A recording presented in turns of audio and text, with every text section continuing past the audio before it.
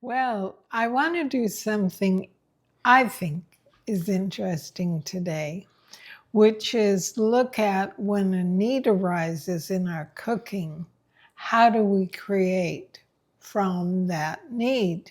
With us, we volunteer, as you know, at a farm, and they gave us a lot of cucumbers. So it's kind of the end of the cucumber season. We wanted to figure out how can we use these beautiful cucumbers. And so step one, I always begin by looking on the web to see what else is out there. And what came up was a creamy cucumber soup. Well, I liked that because that wasn't so cold. It was a hot soup and it's cold outside. So I'm really pleased to show you how I take a recipe and adapt it to what I have on hand. Well, and what you have on hand, and sometimes adapt it to being SOS free. Because lots of times we can find a recipe that uses some oil or some salt or that kind of thing. So we adapt it to the whole food, plant-based, SOS free, using kind of the pillars of that recipe as the ingredients. Exactly. And this particular recipe had salt and oil, which I won't use. So first off, we did a large onion with 3 large garlic cloves, and I sauteed that in a little bit of the stock or soup broth, and it's cooked. It's ready to go. So that I want to put in my blender because much of this soup, Want me to do that, huh? yes, is made in the blender. Do you want this? I'm just going to pour it in. Okay. There we go. Once you use the spoon and pull that out, huh? Two-man job. There we are. Very good. Is it all? Almost not right. Be patient with me. I want to get it out. Okay. Enough. Got it. Now, what we're going to do with this pan is cook these potatoes. And what I noticed in the recipe, they had about as much cucumber as potato. So they used 3 medium cucumbers. I used 3 a little bigger than medium. And then I used 4 pretty good, 5, I think it was, pretty good sized potatoes. So they're going in here and they were diced with 2 cups of vegetable stock, which we just made. You can buy it, of course. I'll pour that in. Now, those of you who have seen us on film before usually notice there's a pot back on the stove. That's the stock. All the pairings, since we use organic, all the pairings go into the stock and gets boiled up like every day or two. Yeah. Until we have a good volume, and then we take that out and keep using the stock. Make something out of it. Now, this recipe called for lovage, which, unless you grow it, that's a hard one to find. So that didn't bother me because I thought I'll just look on the web to see what is a substitute for the herb lovage. And fortunately, the recipe told me. So the substitute is parsley and celery. I don't have a lot of parsley, so I'm going to use that as part of the garnish. And I could have had more celery, but I used up everything I had.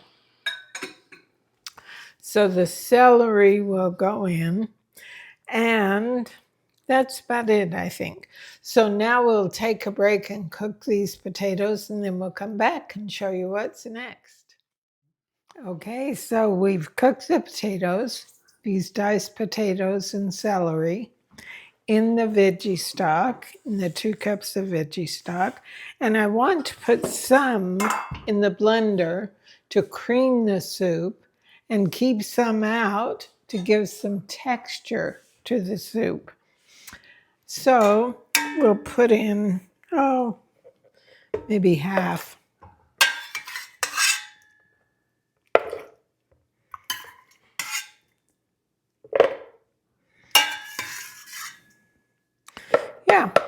I think that's enough.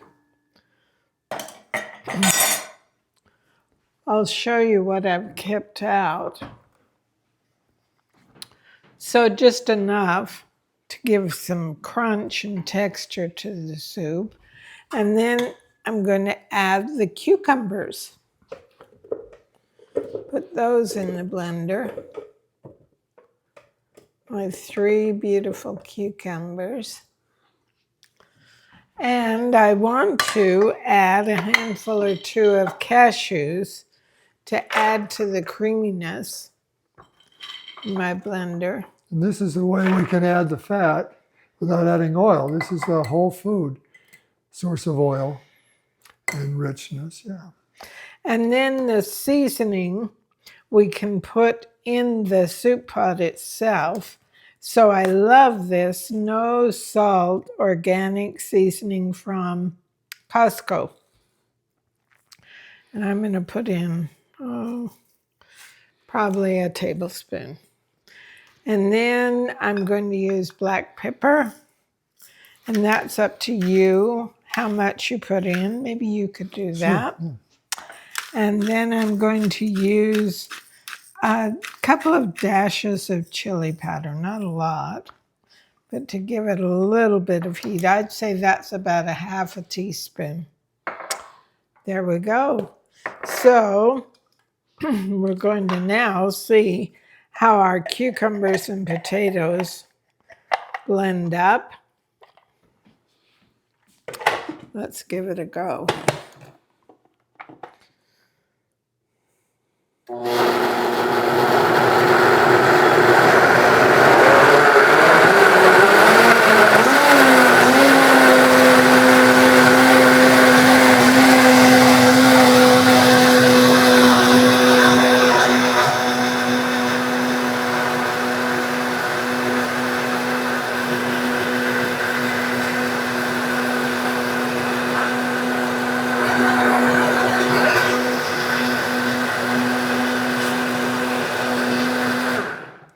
So that looks pretty creamy. It's doing its work. Yeah, I want to show you. Wow, It's gorgeous. yeah. Gorgeous, very creamy. So now we just dump that in our soup pot. And we'll get Bill to get all of it out of there. Okay, and so you're going to cook this some more? Hon?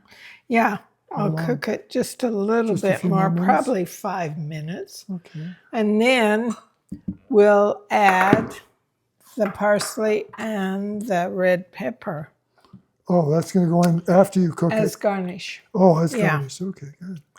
That's just the garnish amount. All right, there we go. Yeah, this looks really good. It sure does. It smells divine, the freshness of that cucumber.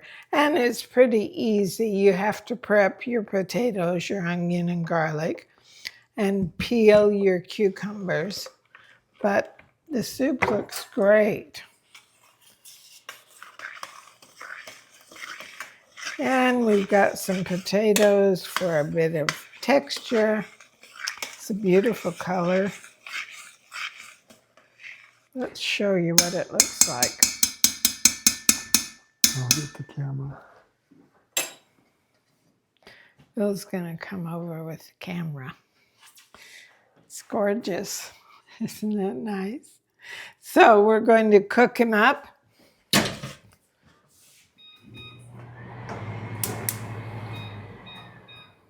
Whoops. And I'm going to cook it on very low. Let it cook for maybe 2 or 3 minutes. So while that's cooking, why don't I share a little bit about the value of cucumbers? Yeah. Did a little research, and one of the things that's really great about cucumbers is its hydrating benefit. Cucumbers, like watermelon, are like 95% water. Yeah. So when I hear that, I think 95% water, there's no nutrition there, you know. But the interesting thing about these very high water content foods, as opposed to just drinking water to stay hydrated, is that that water that's in the plant is all bound up with the fiber and the nutrition and everything. So that water is extracted by our bodies in the colon. It's in the digestive system. When we drink water to stay hydrated, it starts being absorbed in the stomach and the small intestine, so it goes in very quickly. So the value of high water content foods is the long-term hydrating effects. Ah, It's kind of like, you put a log in the fire to heat your house, and it just keeps your house going at a nice steady temperature for a long time, as opposed to throwing kindling in there and there's a lot of heat and then nothing, a lot of heat and then nothing. So there's a real value in these high water content foods. And not all of the whole food plants have the level of water content that cucumbers and watermelon have, but all of them have that water that's bound up in the food itself. You think about fruit, you think about the potatoes, you yeah. can see that water that's in there. So that's a benefit of cucumbers, but also a benefit of the whole food plant-based diet, because anything that's processed has pretty much been dried. Anything that you're getting in a package or a can or something like that is typically been dried, and so you have to add the water after, and it's not the same thing as that water that's bound up in the food. So great hydrating value. Yeah, an example would be like this no salt seasoning. It's all dried veggies. There's no moisture in it at all. Exactly, just like that. So there's a real value in getting the whole food fresh in your diet.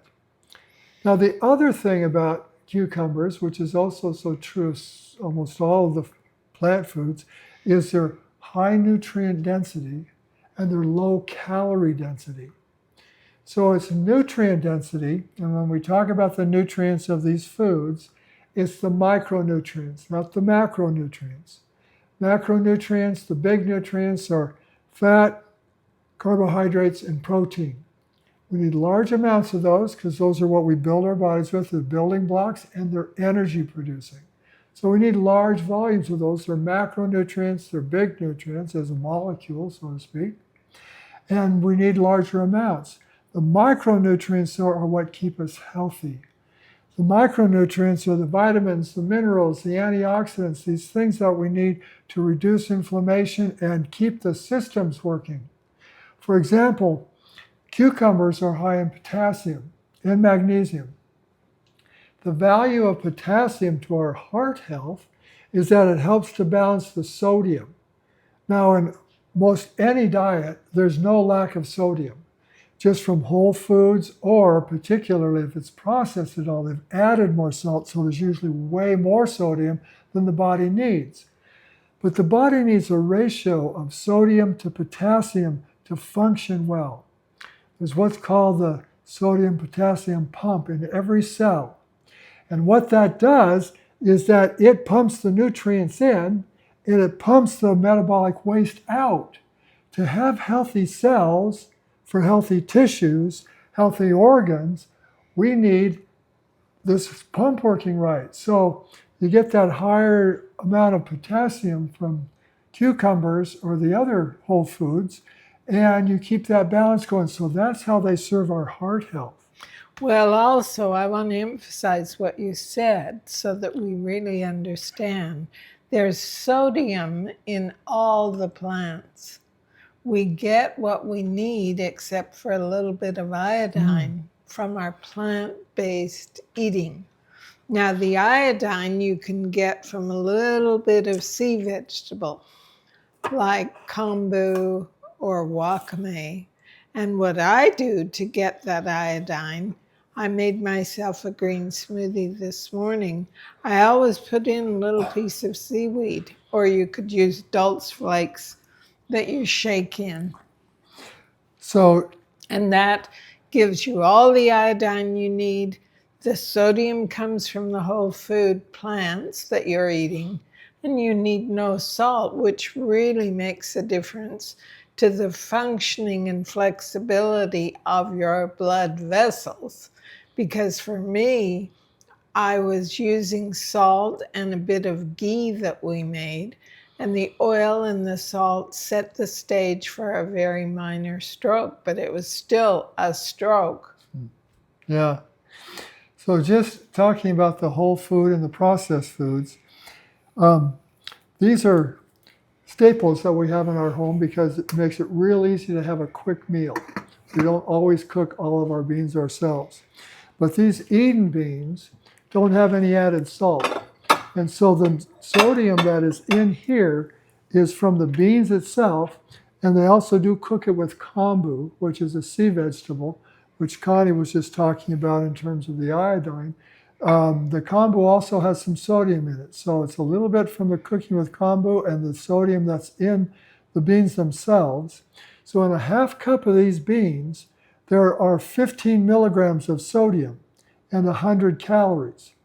A rule of thumb that we heard recently, which is really good, is that if the sodium content in the food you're eating is lower than the calories per serving, then it's a relatively balanced deal. So if we've got 15 to 100, that is really low sodium.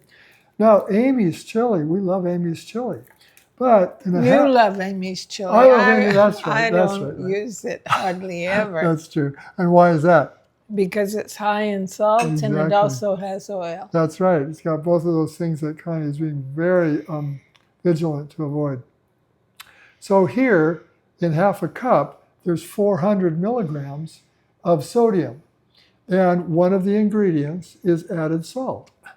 So that's how it gets that sodium so high. Calories in a quarter of a cup is like 150 calories.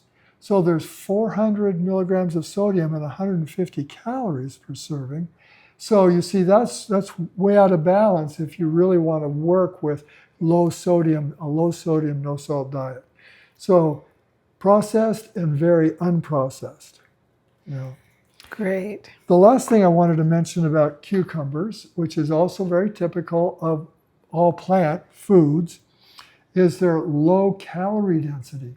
High nutrient density, low calorie density. That is a formula for health. So, like these cucumbers are about 15 calories per pound. I mean, it's almost nothing. Of course, that's because so much of it is water. Right. Your average vegetables are running around, well, like beans and legumes are around 300 calories per pound. And the average whole food plant-based meal that would have some nuts and seeds and some things with some greater calorie content to it is around 400 calories per pound. Now, the average American meal, meat and potatoes, is like 1,200 calories per pound. So you kind of wondered, no, actually, I think I've got my numbers wrong. It's the whole food plant-based meal is around 700 calories per pound. With the beans and lentils or whole grain. A few nuts and seeds, that kind of thing. Yeah. And the standard American diet, around 1,200. I don't know if I can even say standard anymore, but meat and potato, because you go on to those hyper processed foods that really concentrate the calories, and you're up to 2,000 calories a pound for like a Big Mac kind of thing.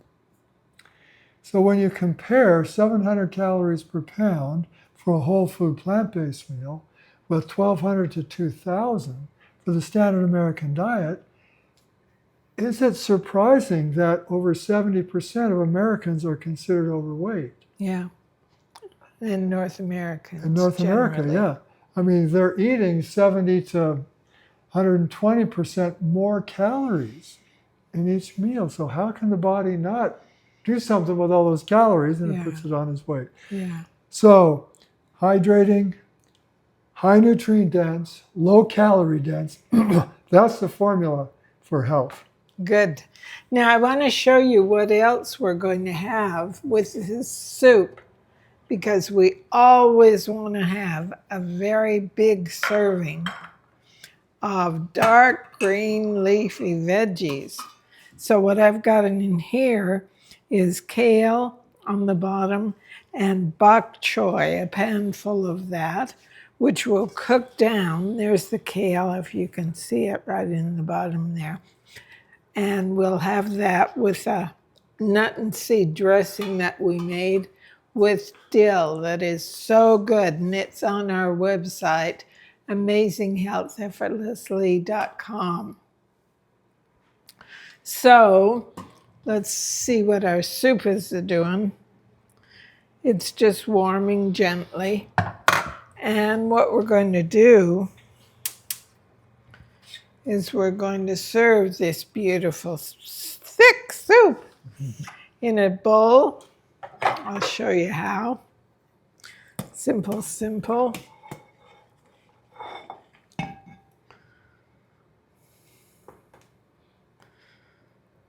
Wow.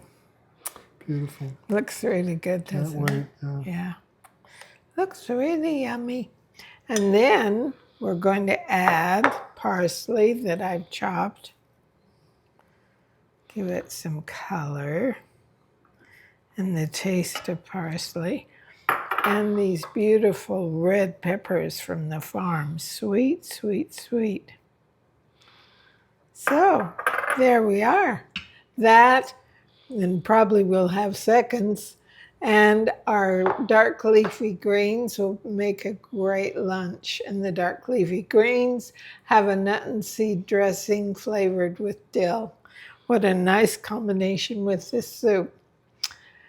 So you'll get the recipe today, and like I did, take the recipe, be with it, see how you want to change it, and make up your own version. That's what's fun about cooking. It's so creative. Yeah. Thanks for joining us. Great. We'll see you next week.